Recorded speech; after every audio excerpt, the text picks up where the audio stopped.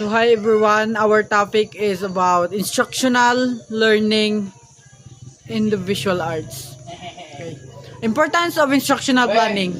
Having an instructional plan helps teacher to stay on track with the lesson and achieve learning objectives. So, ang importance of isang instructional planning is para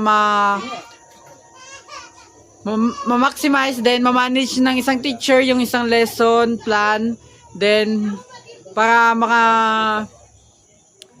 ma-stay siya sa track kung sa pagkakapasunod-sunod ng kanyang lesson plan and ma-achieve niya yung learning objectives na hinahanap niya. So yun, in teaching art in school, it is necessary to plan your lesson based on the school's program and curricular plan.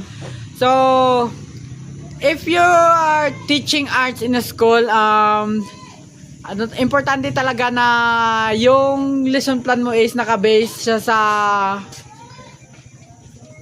school program and curricular plan ng isang school. Yun. And next is classroom management and school situation. Unlike other subjects, art can be challenging because it is involved a lot of materials and hands-on activities. Ang art na subject is isang challenging na subject talaga because nag-involve siya ng maraming time, maraming materials, hands-on activity na kailangan to teach a art